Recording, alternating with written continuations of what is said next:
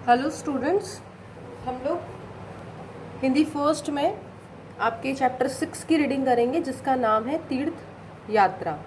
ये आपकी एक कहानी है, तो ये काफ़ी बड़ा चैप्टर है। तो हम लोग फटाफट से इसकी रीडिंग करना स्टार्ट करते हैं। देखते हैं इस चैप्टर में क्या है। बहुत अच्छा चैप्टर है। हेमराज लाजवंती का एकमात्र सहारा था। उसका मुख देखकर वह अपने सारे दुख भूल जाती थी। इससे पहले उसके कई पुत्र हुए, मगर सब के सब बचपन में ही मर गए। यद्यपि हेमराज का रंग रूप साधारण बालकों सा ही था, मगर लाजवंती की आंखों में वैसा बालक सारे संसार में न था। माँ की ममता ने उसकी आंखों को धोखे में डाल दिया था। लाजवंती को उसकी इतनी चिंता रहती थी कि दिन रात उसे छाती से ही लगाए रहती थी, मानो वह दीपक हो जिसे बुझने के लिए हवा के तेज झोंके बार बार आक्रमण कर रहे हों। वह उसे छिपा छिपा कर रखती थी कि कहीं किसी की नज़र न लग जाए। गांव के लड़के प्रायः खेतों में खेलते फिरते थे, मगर लाजवंती हेमराज को घर से बाहर न निकलने देती थी, और कभी निकल भी जाता था तो घबराकर उसे ढूंढने लग जाती थी। गांव की स्त्रियां कहती, हमारे भी तो बच्चे हैं, तू जरा सी बातों में यूं पागल क्यों हो जाती है। लाजवंती की यह सुनती तो उसकी आंखों में आंसू लहराने लगते। भर्राए हुए सुर में वह उत्तर देती, क्या करूं, मेरा जी डर जाता है। मगर इतना सावधान रहने पर भी हेमराज बुरी नज़र से बच न सका। प्रातः कालता लाजवंती दूध दो रही थी। इतने में हेमराज जागा और जागते ही मुंह फुलाकर बोला, माँ। आवाज में उदासी थी। लाजवंती के हाथ से बर्तन गिर गए। दौड़ती हुई हेमराज के पास पहुंची और प्यार से उसके सिर पर हाथ फेर कर बोली, क्यों हेम, क्या है बेटा, इतना घबराया हुआ क्यों है तू, इस तरह क्यों बोलता है। फिर देखिए क्या होता है। हेमराज की आंखों में आंसू डबडबा गए। रुक रुक कर बोला, सिर में दर्द है, बहुत दर्द है। बात साधारण थी, मगर लाजवंती का नारी हृदय कांप गया। यही दिन थे, यही ऋतु थी जब उसका पहला पुत्र मदन मरा था। वह भी इसी तरह बीमार हुआ था। लाजवंती को अपने पैरों के नीचे से धरती खिसकती हुई सी मालूम होने लगी। जिस तरह विद्यार्थी एक बार फेल होकर दूसरी बार परीक्षा में बैठता है उसी और घबराता है, उसी प्रकार हेमराज के सिर के दर्द से लाजवंती व्याकुल हो गई।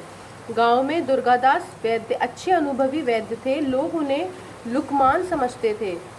सैकड़ों रोगी उनके हाथों से स्वस्थ होते थे। आसपास के गांवों में उनका बड़ा नाम था। लाजवंती को देखकर उन्होंने पत्र हाथ से रख दिया और आंखों से ऐनक उतार कर बोले, क्यों बेटी, क्या बात है। लाजवंती ने चिंतित सी होकर उत्तर दिया, हेम बीमार है। वैद्य जी ने सहानुभूति के साथ पूछा, कब से। आज से ही, कहता है सिर में दर्द है।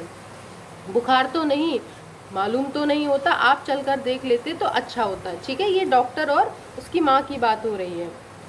वैद्य जी का मनोरथ सिद्ध हुआ। उन्होंने जल्द से कपड़े बदले और लाजवंती के साथ चल दिए। जाकर देखा तो हेमराज बुखार से बेसुध पड़ा था। वैद्य जी ने नाड़ी देखी, माथे पर हाथ रखा और फिर कहा, चिंता की कोई बात नहीं, दवा देता हूँ, बुखार उतर जाएगा।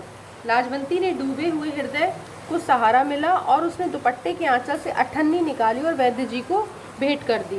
वैद्य जी ने मुंह में नहीं कहा, मगर हाथों ने मुंह का साथ न दिया। उन्होंने पैसे ले लिए। कई दिन बीत गए, हेमराज का बुखार नहीं उतरा। वैद्य जी ने कई दवाइयां बदली, परंतु किसी ने भी अपना असर नहीं दिखाया। लाजवंती की चिंता बढ़ने लगी। वह रात भर उसके सिराने बैठी रहती। लोग आते और धीरज देकर चले जाते, परंतु लाजवंती का मन उनकी बातों की ओर ना दौड़ता। वह डरी डरी रहती और अपने मन की पूरी शक्ति से हेम की सेवा में लगी रहती। फिर देखिए क्या होता है। एक दिन वैद्य से पूछा, हकीम जी, आखिर क्या बात है जो बुखार उतरने का नाम ही नहीं लेता। वैद्य जी ने उत्तर दिया, म्यादी बुखार है। लाजवंती चौंक पड़ी। उसने तड़प कर पूछा, म्यादी बुखार, क्या अपनी म्याद पूरी करके उतरेगा? पर कब तक उतरेगा? 21वें दिन उतरेगा, इससे पहले नहीं उतर सकता। ये क्या किसने कहा? डॉक्टर ने कहा। म्याद का मतलब होता है एक लिमिट पूरी करने के बाद वह उतरेगा। आज 11 दिन हो गए हैं, बस 10 दिन और किसी तरह ये निकल जाए, भगवान भला करेगा।